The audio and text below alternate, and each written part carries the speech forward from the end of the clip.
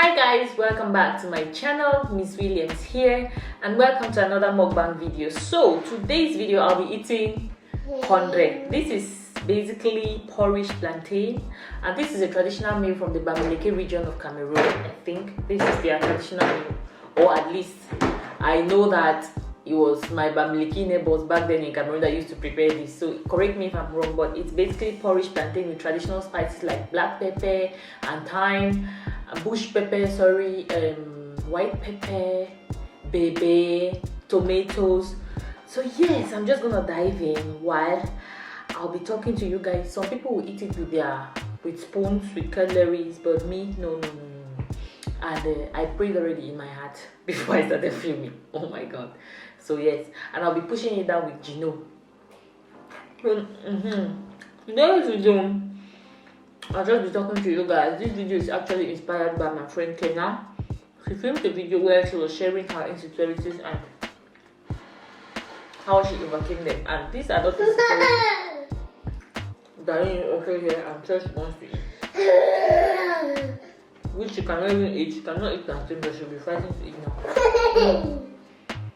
So she was sharing her insecurities and how to overcome them. Guys,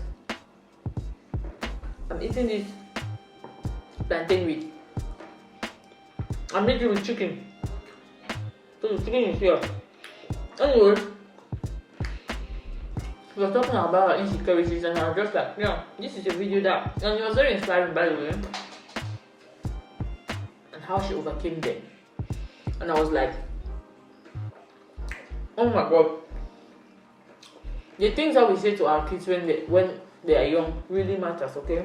Because I could relate to some of these insecurities of hers. Not like I have the same, but I could relate to the fact that some of the things stuck with her, and the things that they used to say to her when she was a kid. So yeah, for me, I remember when I was a child, they always used to call me Bobo because I was very tiny. I was small, like really small, like dry, like bunga fish. And back then, not even back then, it's not very normal that kids that are chubby or chubbier while growing up are always more appealing to the eyes, especially when people come around them.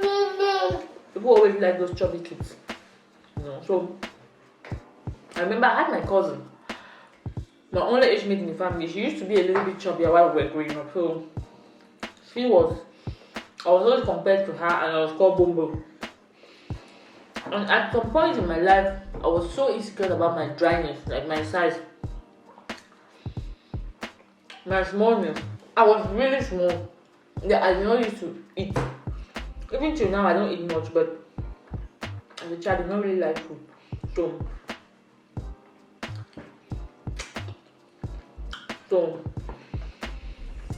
I remember there was a time when they even took me to one traditional woman. Twice. I went for holidays.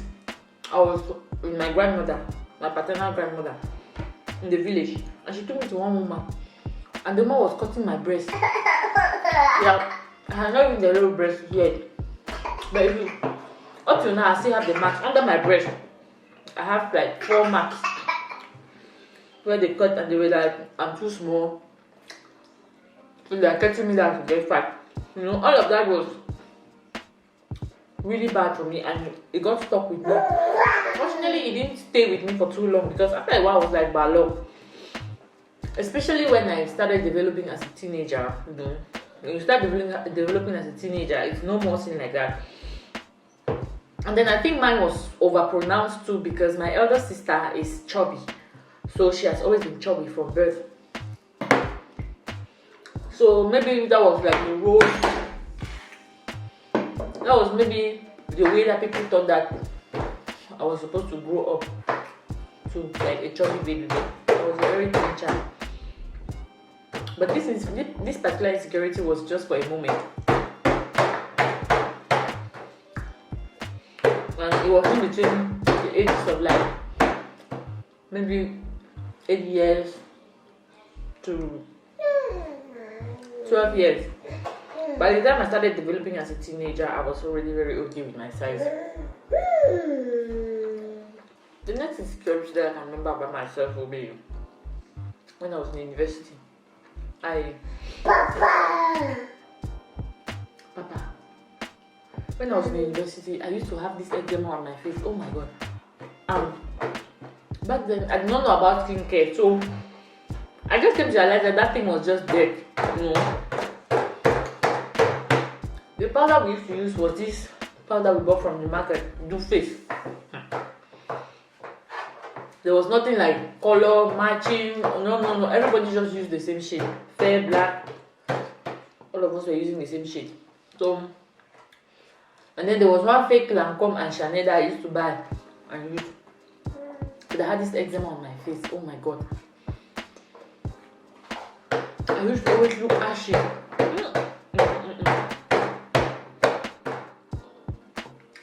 I was so insecure about that because when you take foundation or powder and put on top of eczema, it's just like, hey, it was terrible. And then I was like, we were popular. Back in university, we were popular. We were popular girls. So imagine. I later on realized that thing was just dirt, you know. Not taking care of your face, not doing any kind of skincare. My whole life in university, I never remember any one time that I used. No, I overcame that thing when I started using. There was this thing that we used, this cleanser, this toner, and that thing was bleaching. It was called Poderun. It was a cleanser or whatever, but whenever I used that thing, it would clear my face. Like my face would be so clear. My face would be so clear, and then it changed the color of my face as well. That thing used to make my face to be clear, and then it will change the color of my face as well. And then it will as well make my lips to be black. Oh my god. But at that time, I did not really care. I did not really bother as long as it was taking off the eczema or the dirt from my face. I was so happy when Peau de Lune came in. That was around 2008. When we discovered Peau de Lune, we all were using it in our group. Like all of my friends, we were using it because all of us had one facial problem or the other. And it used to just clear everything and just change your face color. Like it will not cream you, but at least it will make your face brighter than your usual color. So Peau de Lune was a lifesaver back in the days. If you know Peau de Lune and if you still use it, I don't know if they still use it up to today. I doubt though. In Cameroon. If you know about it, comment down below. Let's laugh. But that was a major lifesaver.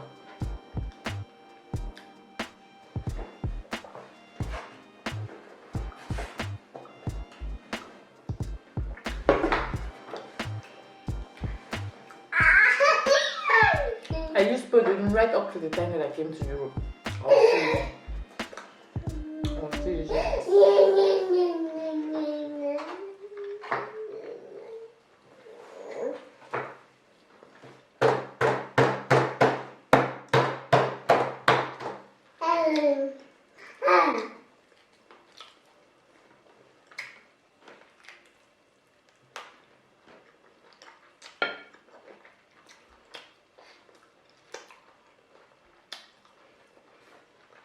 Guys, this meal, when it is well prepared, you cannot understand. I said in one of my videos that I don't know how to cook too many Cameroonian dishes, but the one that I cook so well. It's darling love. And then, most of the other insecurities that I have, or that are still with me now, are the ones that came with childbirth. And the way it is nowadays, we don't really consider that as insecurity anymore, you know. I just think think about them as, you know, giving birth, the reward of giving birth to children. But yeah, imagine that being dry or being thin or slim was an insecurity of mine. Wow.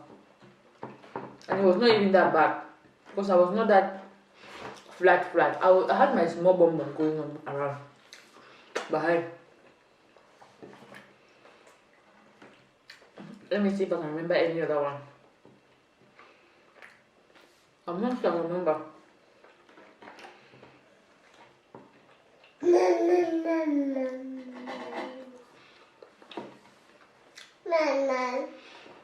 The thing with me about insecurities, the thing with me with insecurities is that I don't let them stay with me for a long time. There's always a way that I find to overcome them, and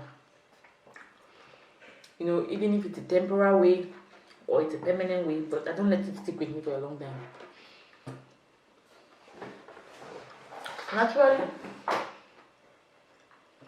I'm a very confident person, but I have not had that confidence ever since.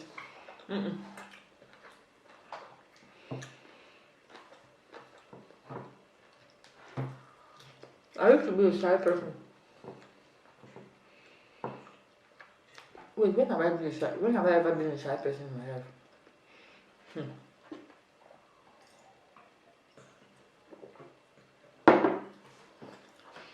No, not shy, but also not confident.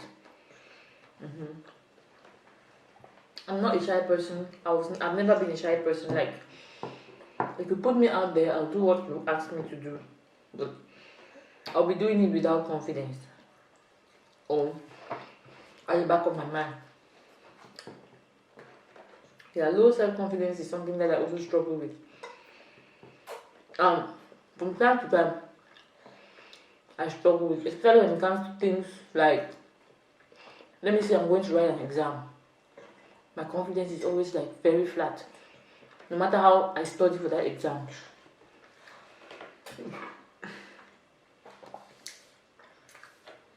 So that's another thing that I deal with from time to time.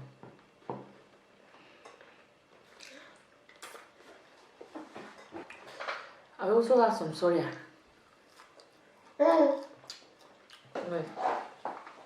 I ordered this soya from my friend. She makes really good soya. I'm going to leave her Instagram handle down in the comments, in the description bar.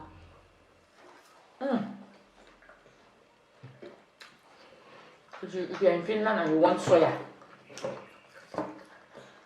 she's going to come for you.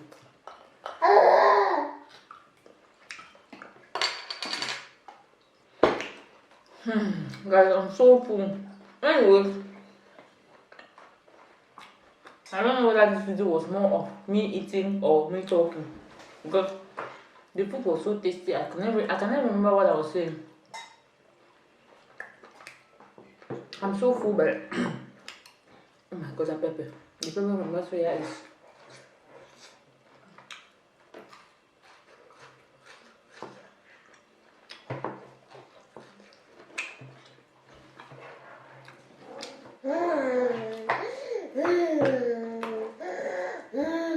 That's all for this video. If you guys like mukbang videos where I just sit down and talk, or you like to always see me eat with somebody, of course I have friends that I can wait for to come and eat and ask them questions, you know, just about life issues. Thank you for watching. See you in the next episode of mukbang and chitchat.